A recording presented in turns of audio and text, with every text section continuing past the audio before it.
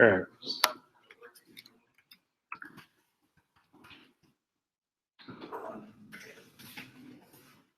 How the hell is that?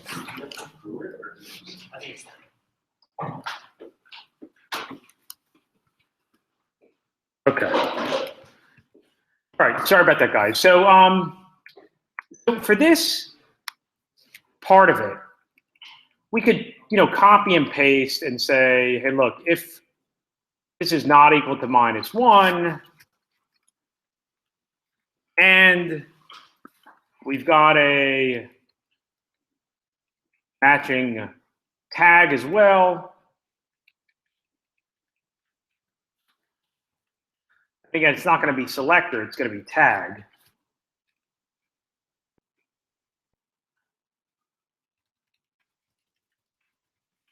And that should end up passing this.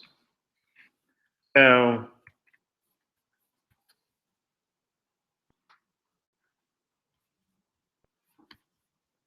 we go down here, tag in class.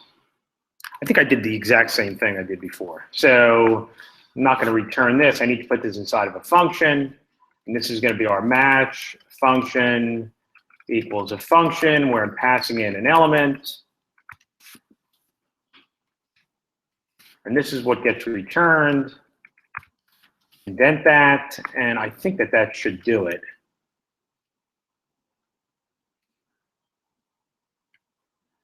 Undefined, but got, let's see, why would you get undefined? Element.class name, split, index of class.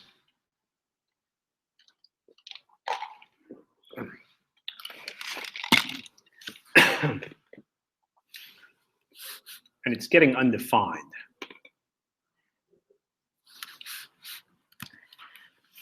So expected true,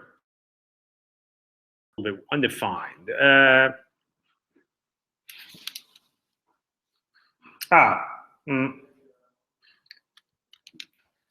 This goes back here.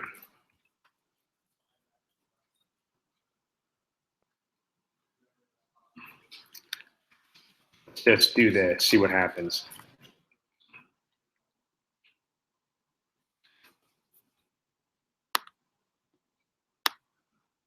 Okay. Expected foo to equal true. So how come we're not getting true here? Here's our element's class name. We're splitting it. Index of class not equal to -1. Tag. So let's do a couple of console.logs here.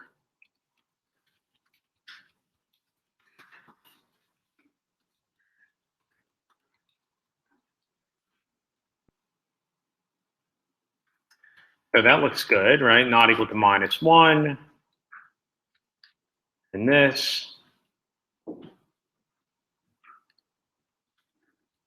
Oh, I think I know what it is, actually. This is a weird thing. I think it's, you can't really put the return on a separate line. I've run into that before. All right, that should solve that. I was trying to make this a little bit more readable.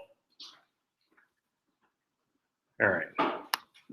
And everything now should be, can't read frame of undefined. Okay. This is, let's solve this problem, right? Selector functions should select one element by tag name, the root in this case. Let's just figure out, now, again, I haven't really done anything to my $ function, but let's just see why we're getting that error.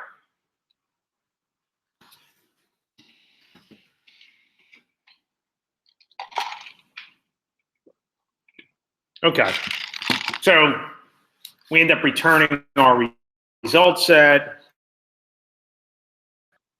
The result set is nothing. If we look at our test, we're going to see that I think we're trying to do something on an object that doesn't exist. So we're assuming that we're getting something back. We don't get anything back, so it says how can undefined be a tag name? So here is where we end up going into the recursion part of stuff, right? So what we're going to do here when we call traverse the DOM and collect elements, we're going in here with a match function and a start element. And we could say if match function, so our match function is already taken into account by using closure. It's already taken care of our selector. We don't have to worry about that. We have a match function which is gonna match. And if in fact it does match, we're going to pass to our result set or push to our start element. And I think that'll work for that, possibly for that top level element, maybe not.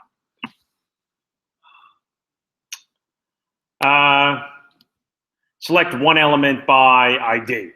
So this is failing because we're not moving beyond that start element.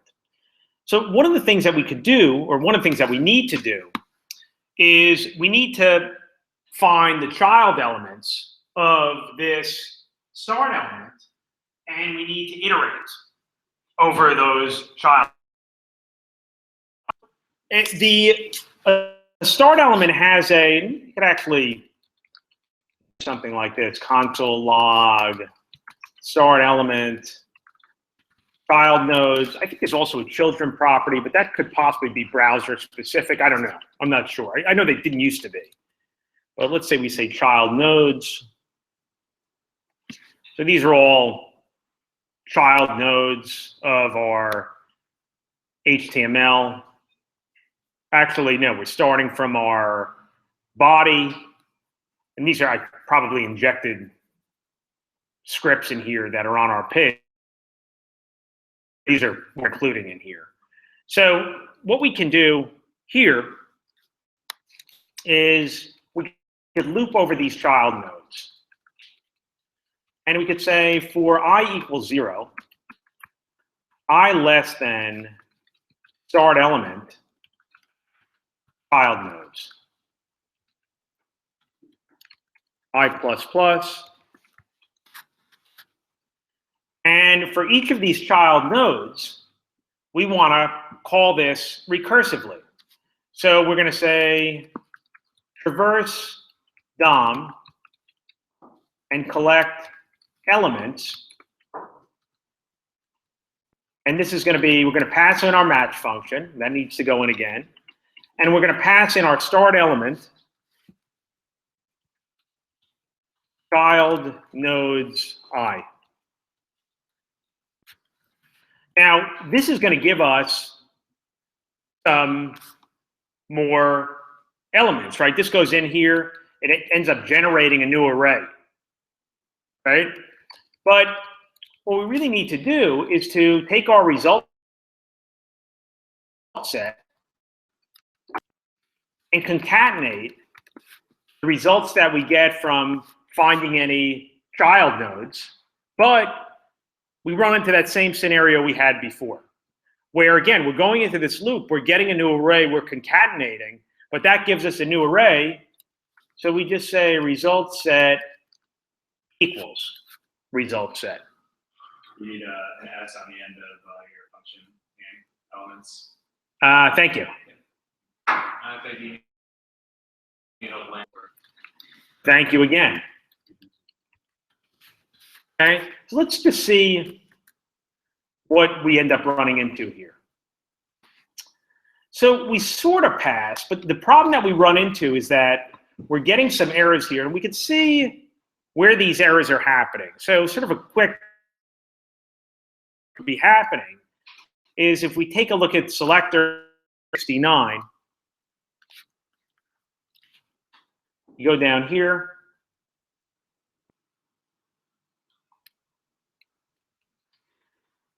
and on 69, we see that we're trying to do to lowercase of something. Well, let's just see what the problem is. If we say element.tagname and console.log,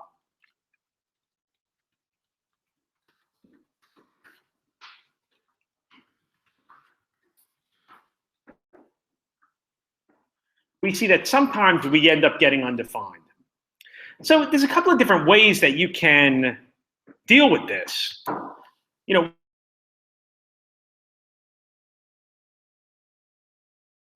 get this to maybe pass by saying return not only element.tagname to lowercase, but actually element.tagname and its condition.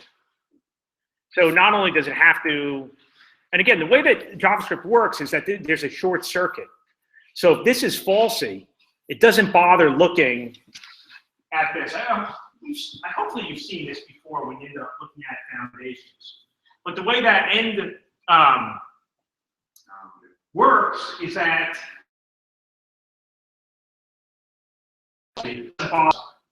so if we do that, we might be part of the way home here. We are, but we're going to run into some similar problems here because here we're trying to do a split. And we also see that we're doing the same thing up here. So maybe a smarter thing to do is to modify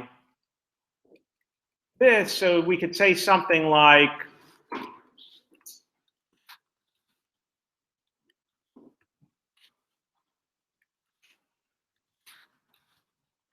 something pretty simple. We could say start element dot child nodes dot, what was it? It was tag name. There's no tag name. Continue. I mean, it's a way to actually look at the node and figure out what type of node it is and that sort of thing. But this will get us pretty much to where we want to go. Do you need the index of the? Yeah, so child nodes, thank you. Child nodes I. What does continue do? Continue in a for loop. We'll just go to the next for loop. I guess we could also put this. Yeah. Good question. Maybe you mentioned this. I noticed there was a child nodes variable, and then there was a children's.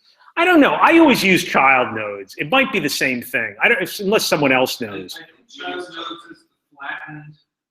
The children respects like the DOM hierarchy, Okay. but the child nodes is like everything flattened. I noticed when we looked in the browser, That's what it looks like. Okay. one had text, like one did some text elements and one didn't. I don't know if that's, children didn't have the text elements. Oh, that's possible. Could very well be. But I don't know why. Yeah, I don't know. I always use child nodes, but then again, this could be something that was added to the spec. Well, because there's a length discrepancy. Like if you look at the length of children, it's like 11, and the length of child nodes is 22. Yeah. Because of the text nodes? Yes. I think it's because I don't know. I interpreted it as because everything it has everything in children. It's just been like flattened out. Yeah, I think that there might also be, I think sometimes even you have space that's considered a node. And by the way, these are all the things that jQuery solved the problems with. jQuery goes and filters that stuff out. So if we do this, now this should get our test to pass. And it does, but let's just do one of the things. Once you have your test passing, you could go in here and, this is where you could start optimizing it. If we look at our return function, we've got these two functions here. I mean, this is really the same thing here. And one thing you could do is that when you go into this match function maker, you could create a function called, let's call one called match tag. And let's create another one, match class.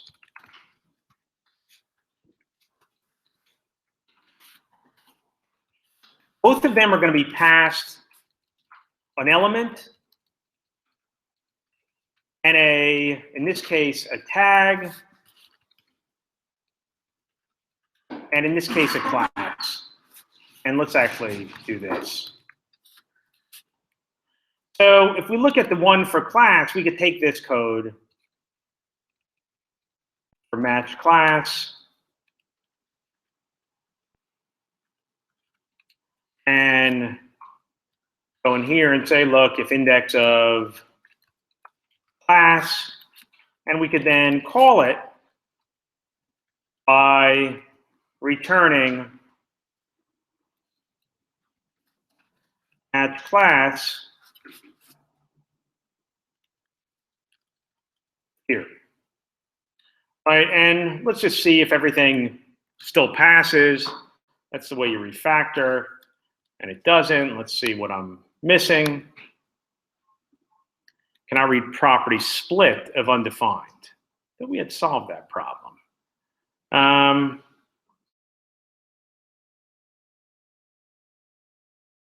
So let's do this.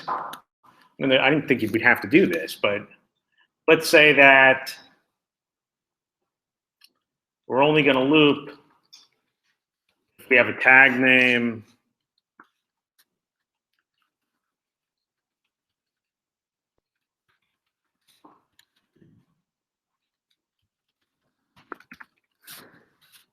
that doing one would solve that. Well, that's weird. I mean, why would it just break now? Yeah, so that wasn't right. You're not passing element.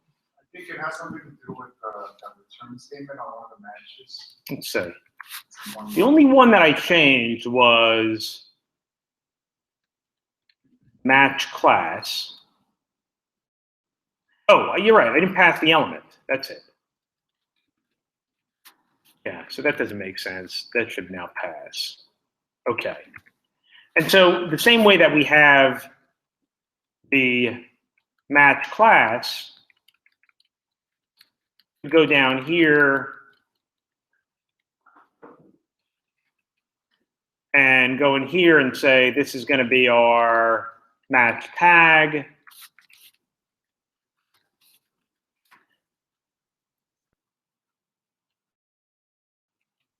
And let's call this is going to be our tag.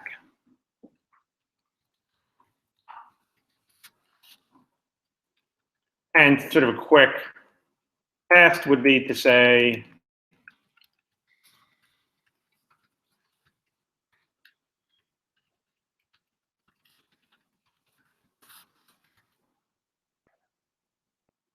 and that'll end up passing. And here now, this makes it easier to do this, where we could say return, and this is going to be match tag and match class. And here we're going to pass in our element and our tag. And here we end up passing in our element and our class. Now we could get rid of that, and we've dried this up quite a bit. Clean it up a little bit.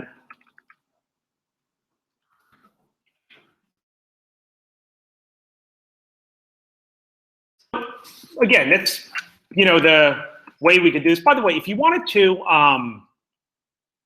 modify this traverse DOM and collect elements, you can do the same thing that we ended up doing before, which is to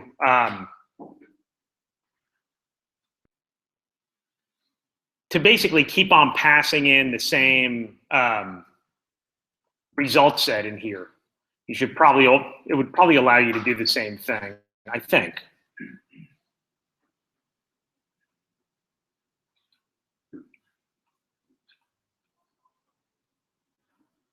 So if we did this,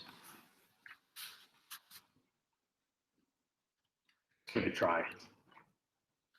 We'll say result set equals result set or.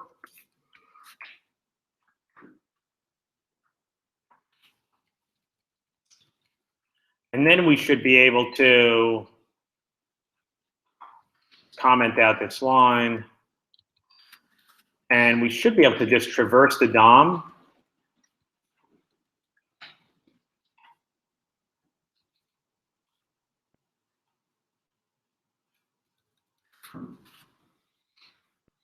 By passing in this node and passing in our result set. And again, going up here and saying,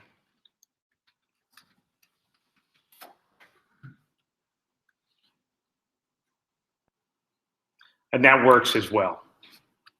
I don't know, whichever one. I'm trying to think if there's any sort of advantage to doing one or the other. I think it's really whatever you're comfortable with here. Right, and one of them we're passing the function in.